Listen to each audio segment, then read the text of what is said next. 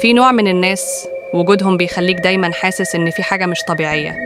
في ست كانت بتمشي في الشوارع دايما لابسة وشاح أحمر لافاه حوالين رقبتها. محدش شافها من غيره أبدا، لا وهي بتشتري ولا وهي قاعدة ولا حتى وهي نايمة جنب جوزها. الناس كانت بتضحك وناس تانية كانت بتخاف منها، بس اللي غريب إنها كانت دايما هادية مبتسمة وكلامها ناعم يخليك تطمن. لحد ما جه اليوم اللي كل حاجة اتغيرت فيه.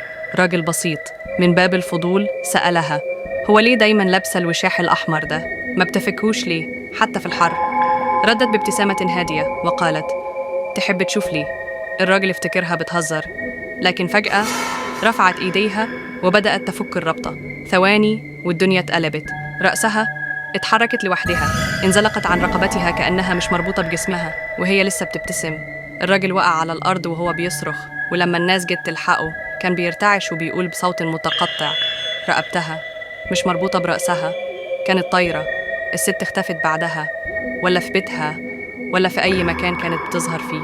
ناس قالت إنها جنية عايشة وسط البشر، وناس قالت إنها مقتولة والوشاح كان بيغطي الجرح اللي ماتت بيه.